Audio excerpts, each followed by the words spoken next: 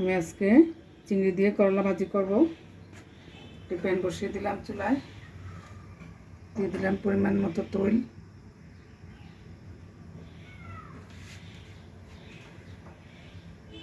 দিয়ে দিলাম পেঁয়াজ কুচি। পেঁয়াজটাকে একটু ভেজে নিচ্ছি। পেঁয়াজ ভাজা হয়ে গিয়েছে, আমি এখন চিংড়িটা অ্যাড করে দিচ্ছি।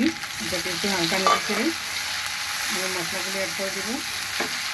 এখানে আমি লাল মরিচের গুঁড়া, একটু ধনিয়ার গুঁড়া, একটু জিরার গুঁড়া, একটু হলুদের গুঁড়া পরিমাণ মতো নিয়েছি। দিয়ে দিলাম সামান্য লবণ, আর দিয়ে দেবো সামান্য একটু পানি। আমি এখন মাছগুলিকে কষিয়ে নেব। মাছগুলি কষানো হয়ে গিয়েছে, এখন আমি করলা দিয়ে দিচ্ছি।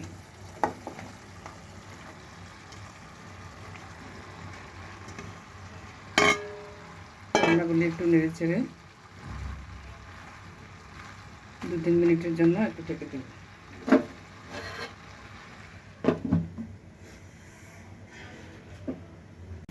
ফিরে আসলাম 3 মিনিট পর। আমি একটু নেড়ে চেড়ে দিচ্ছি। করলা প্রায় নরম হয়ে গিয়েছে, এখন আমি আর ঢাকবো না। এটাকে নেড়ে চেড়ে আস্তে আস্তে ভাজা ভাজা করে দেবো।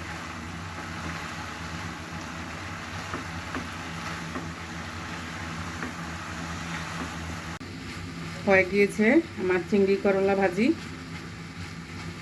যারা করলা পছন্দ করেন তারা এইভাবে রান্না করে খেতে পারেন। খুবই মজা হয় ভাজি এটা।